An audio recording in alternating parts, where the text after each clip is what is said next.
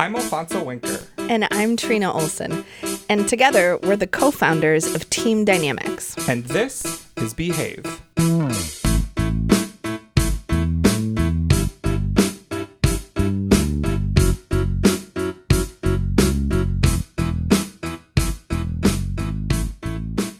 Welcome to the 8th episode of Behave. To kick off today's show, how about, Alfonso, we get into the concept of mixed teams and monocultural teams. I would love to. Oh my gosh. Just like we did in our hiring episode, let's do this one interview style because I have a lot of questions for you.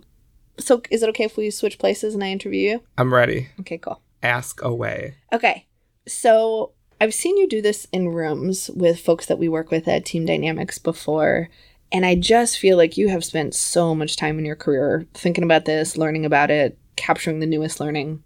What does research say about how mixed teams and homogenous teams in U.S. workplaces are different?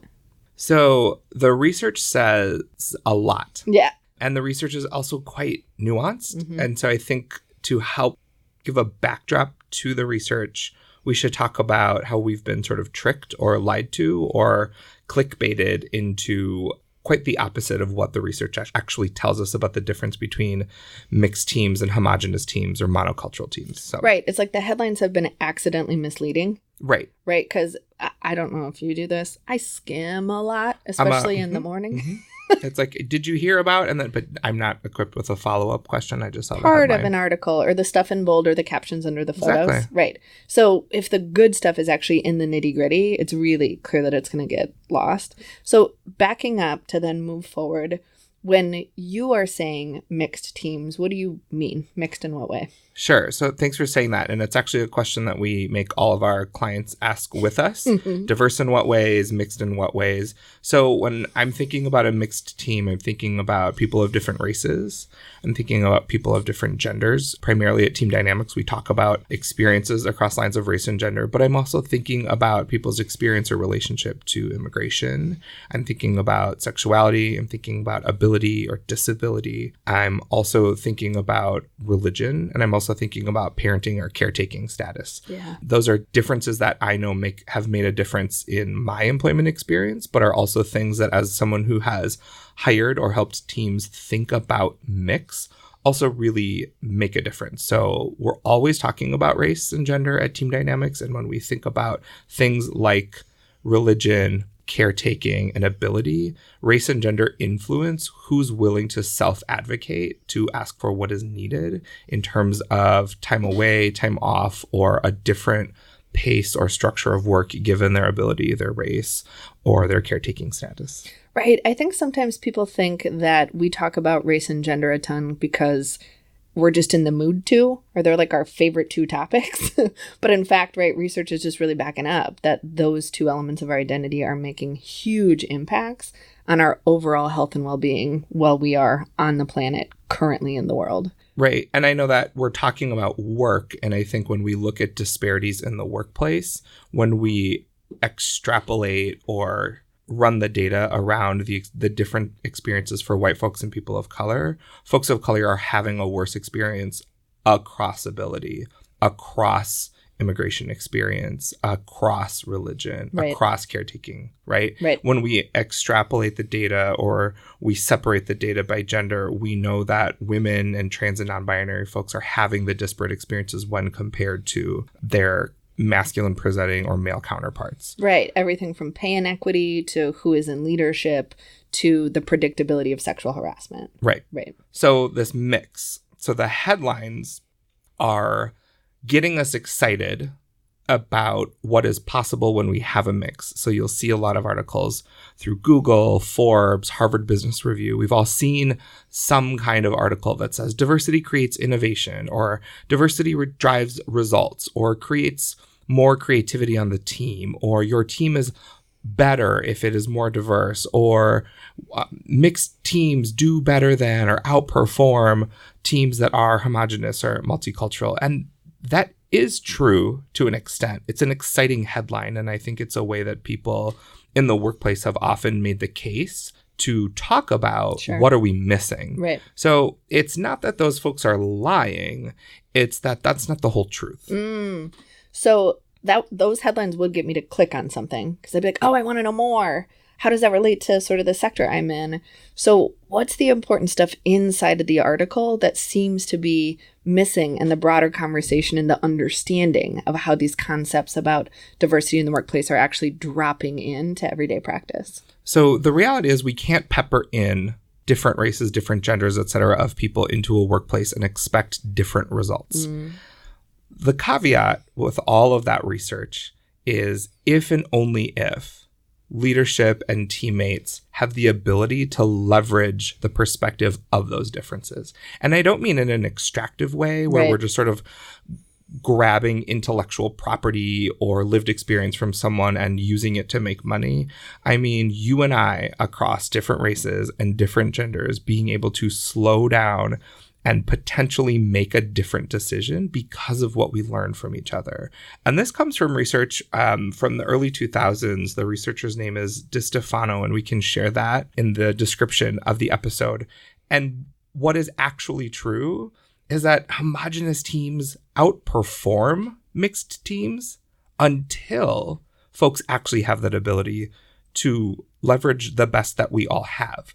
So it isn't that you and I are going to make smarter, better, more creative, innovative decisions just because we're next to each other or near each other. We're going to do that if we've actually built the capacity to listen to, and like we say all the time, receive and believe the stories about our lived difference across race and gender. Yeah. So when you think about people's assumptions that they make about either having a mixed team being a necessary or sufficient condition to creating more equitable outcomes, what do you know about that to be true and untrue? What is required? What isn't required? And how does sort of that mix relate to equitable outcomes? This is, I'm laughing. I know. I have been hired by so many people and so many jobs and organizations and initiatives in my career to really think about the mix and primarily work on strategies that were about changing the mix. So without talking about specific organizations or clients, I can think of 3 times where I worked on big efforts that were about changing the mix. So I was charged with reimagining a funding committee, a group of people that were picking grant and scholarship recipients. I was asked to make sure that that committee over time became 50% people of color. We did that. The recipients of the money didn't change. And then I was asked to be a part of a team that was thinking about program participants, people that were participating in a community engagement process. And we said 55%, I don't know where that came from, 55% of participants needed to be people of color or representing communities of color. The organization's strategy for that program didn't change. And then for a long time, I worked at various different organizations where we ran fellowships for people of color. And while folks got really incredible work experience, by and large, organizations weren't transforming. So I sat in all these seats where we knew that we were looking at underrepresentation, we were looking at lack of representation, marginalization, lack of people of color and women and trans folks in leadership. And yet the long game wasn't changing. The results weren't changing. And so when you ask sort of what's important about that is a second question. Absolutely, when we look at various industries, we can point to places where folks of color, women and trans folks are not in the leadership seats, are not populating the boards or the decision-making tables. But then there's this next layer that is about the organization's willingness, readiness, and capacity to do something with the perspectives of those people, to actually say, we will change because of what we learn once someone is on the inside. And I think that's the hard work. We know there's actually a ton of research from Greater MSP, from Center for Economic Inclusion here in Minneapolis. So when I just think about our local market where we're sitting, folks have done the research. We're pretty good recruiters. We can get folks of color, primarily when I think about the research I'm referencing, we can get folks of color inside of our organizations. But then people are still saying, I'm experiencing bias, discrimination, and harassment. Right. So I know that you, as a Mexican-American gay man, have often been the first or the only in organizations or in what I think of as the big kid seats. You've really been in some big leadership roles, and the first or the only might be around your gay identity. It might be around being a person of color in leadership. Will you describe what it has felt like for you to be the first or the only, and what are your takeaways from those experiences in your career as you see them now? Ooh, that's intense. I think in one hand, there's so much joy. Yeah. Because of the opportunities. So folks who asked me to step into those roles really meant it. They meant it. They wanted me there. They believed that my perspective was missing. And then there's a lot of frustration, I think, in the other hand, because when you're asked to come in and be the first or only, folks aren't explicit necessarily with you about that. Or they don't have the words or the ability to say, so I'm really excited about bringing you onto the team, into this director role or into this project lead role. And I need you to understand something. I have been the first man. I've been the first person of color. I've been the first queer person. And along those categories, also the only of those. And the difference that would have made the difference for me was knowing that the folks bringing me in were actually thinking a lot about what that experience would be like for me. So they were saying all these really exciting things about how we need you on our team and you have so much great experience and perspective. And, we're really struggling in XYZ areas. So please come in and help us think about this strategy or this way of being. And then where the conversation fell off, and I think in retrospect, I can see this pattern as folks saying, and so what would it look like for you to be the first or the only, to actually have a conversation with me as a new employee or as a candidate to say, this is in our awareness and we don't just want to hope for the best by adding you to the team. We actually want to talk explicitly. Yeah. So I think in one hand, there's joy and opportunity because folks were saying, we want you, we're excited to have you participate. And then there's that frustration because you get in and you realize this place isn't at a behavioral level thinking about what it means to have a first or only of something, of some kind of person on their team. And if you were to give specific advice, knowing that none of us are speaking for all people, when you think about being in leadership roles in community, ideally, what would somebody say if they were recruiting you onto, for example, a volunteer committee or a board or to do some fundraising for a cool community project? How would people acknowledge the impact of your lived experience and the fact that your embodied identity matters? I'll tell it two ways, and I'll tell it about joining a board, and then I'll talk about employment. So I've recently, we're not on boards right now. So just so people know, me and Trina, not doing boards right now, taking a break on purpose. I've been asked to be on 2 boards recently. Someone came up to me and said, will you be on our board? Our board isn't that diverse. Wow. We could really use more diversity in our board. Will you be on our board? And I said, oh, what is it about me, my experience and my identities that would be useful to this organization's mission? And the person asking me said, oh, well, like I said, just there's not a lot of diversity on the board. So you would be great. Right.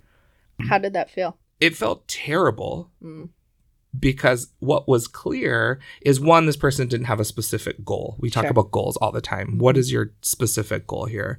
And it felt like, I'm not sure what kinds of diversity you're talking about, but I can assume because I'm pretty out about being queer and I talk a lot about my experience as a young person of color, that there was some box to be checked. Sure. And this person had sat in a recruitment meeting and folks said, go out and get your best gays or get your best brown people, right? Yeah. So it feels like that's that line of that difference between tokenizing, which I know people don't intend to do, and really thinking consciously about their outreach, right?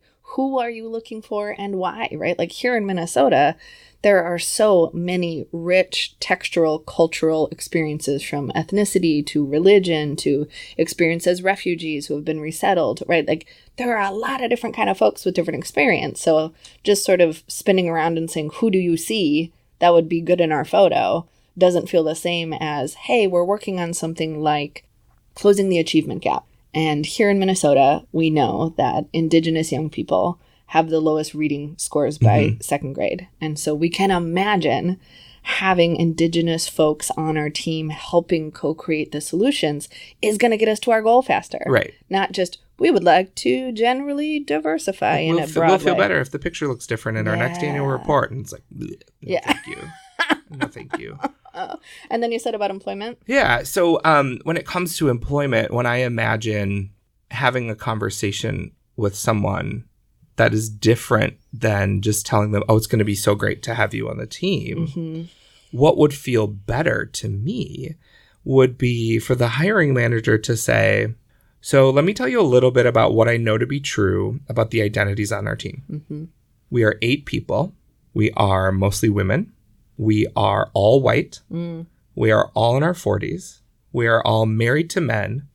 And we all are either pregnant or currently have kids. This is true about teams that I have joined before. Yeah. So when you think about your identities and joining that team, what questions do you have of us, and what asks might you have for how we build a relationship as a team, knowing that you are going to have identities that are significantly different from the people that are on this team? How can we build that relationship and get the best out of all of us? I wouldn't go in assuming that as a single gay man of color that all these 8 other women think exactly the same thing. Right. And I'm already joining a team is hard enough because folks have a way of being together. Yeah. And then you layer in someone being the first or the only of something. So I'm automatically thinking about 2 things.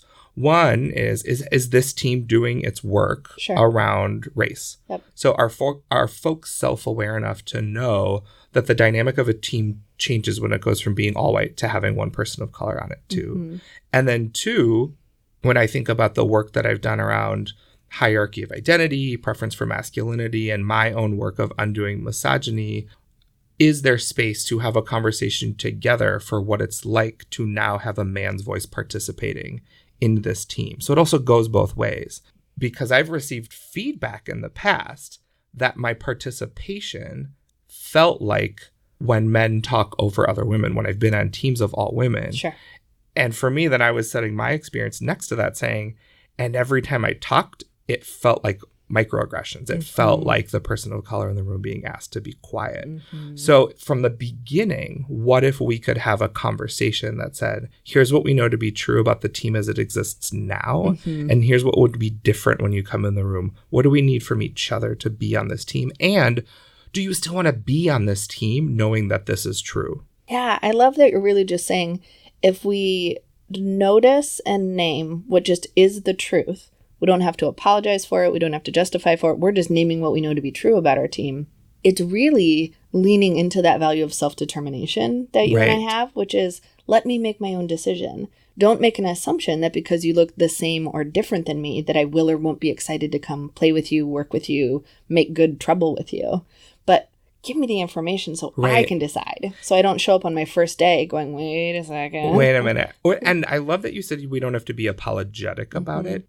Trust me enough to make my own decision about whether or not I want to be in that experience at that time in my career. Yeah.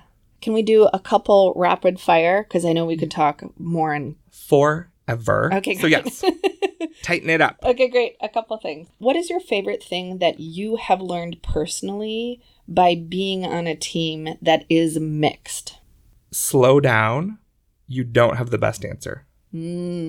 Can people who are on a team of only white people do equity and inclusion work, or do you have to wait until you've changed the mix? Yes. Teams of all white people absolutely can do racial equity work. I'm like screaming into the mic. The function of equity work isn't to have some magical mix of people. I know it's supposed to be a short answer. It's great. No, I'm here for it. I'm hot for this question. Yeah, I know you are. If your team is all white and you're sitting there wondering, what is our job? Your job is to together ask yourselves, what is the role of white people in a movement for racial justice? And what can our contribution to this movement be? Not our hands are, absolved. That got weirdly biblical.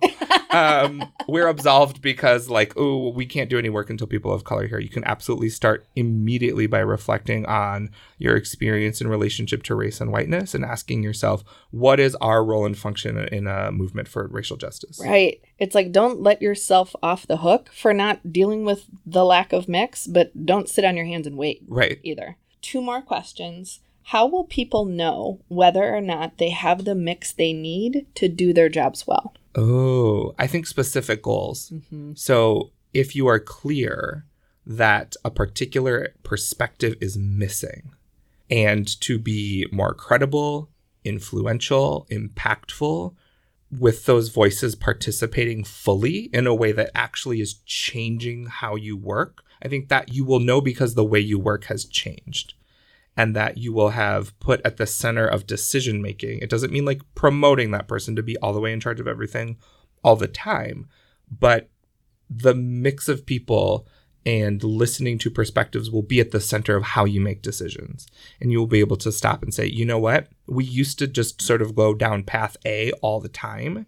And now we're looking at a bigger menu. You'll sort of constantly feel like, oh my gosh, there's this big menu of things we could do. And we're not just picking the same way all the time. Right. There's more options. Right. Because you can pick the same way and have different people working with you. Yeah. Last question for now on this topic.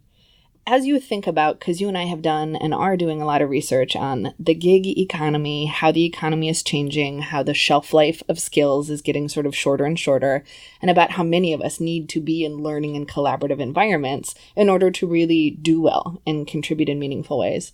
What are you most excited about the fact that there is sort of a new national conversation about how a mix can, in fact, make you more effective as a team? I think, there's so many like things coming up. I think what's particularly exciting for me is knowing that people for the first time in my career are not coming to a diversification across race and gender, et cetera, on their teams from an altruistic place, but from a place of actually knowing we are missing the mark. Whatever our product, our service, our mission, our desire is, we have not done it well enough. The problems are getting worse when we look at the impacts of racism and misogyny in America today, and we can only be more effective in delivering our service or living into our mission by actively and authentically leveraging the voices of the people that work with us. Thank you. Thank you.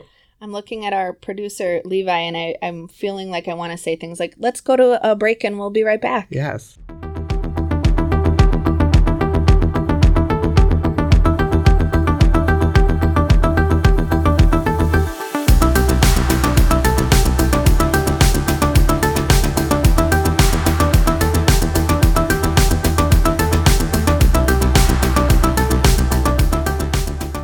Welcome back to wrap today's episode. Alfonso, let's just also share here on Behave what we are up to as we are thinking about our ever-evolving behavior.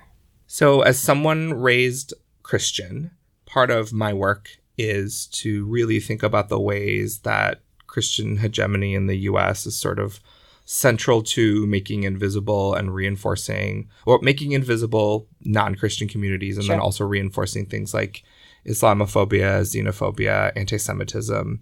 And lately we've been getting to dig into really incredible conversations about race and ethnicity and the levels of racism with a number of our different clients. Yeah. And something that's been coming up is folks who have a Jewish identity really wrestling with the history of violence and displacement and genocide and the ways in which folks who are Jewish have been asked onto or kicked off of the white people team out of political convenience. Yeah.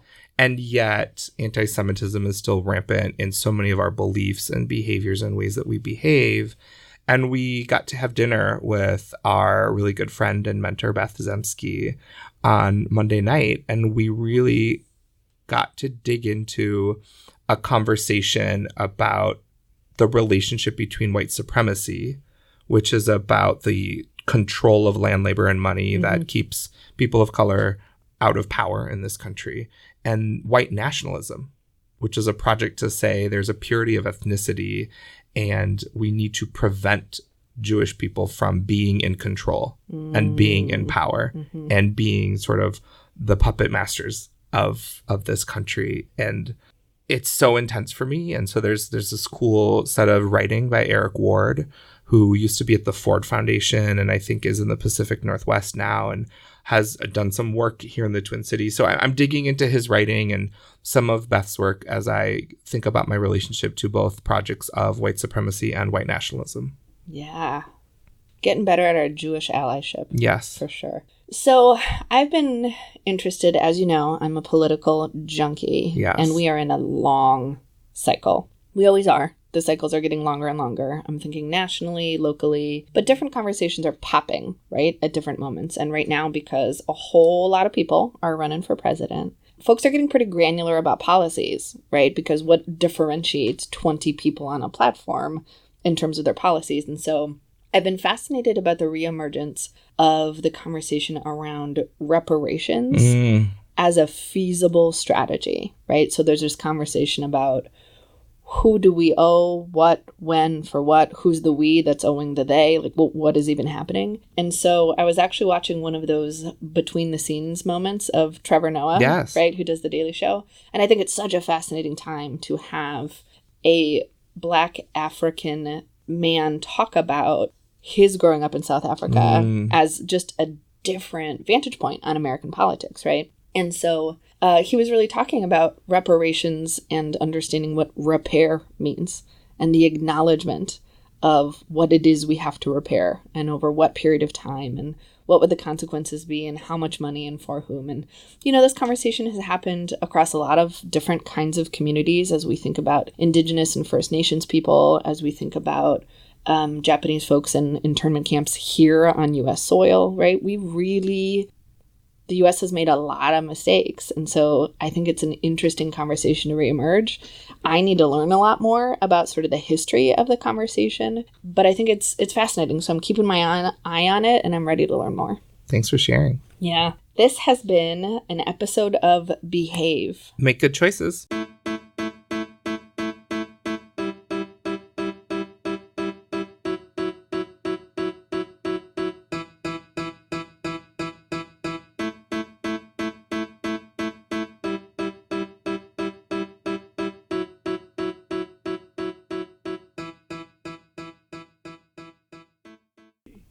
Ready?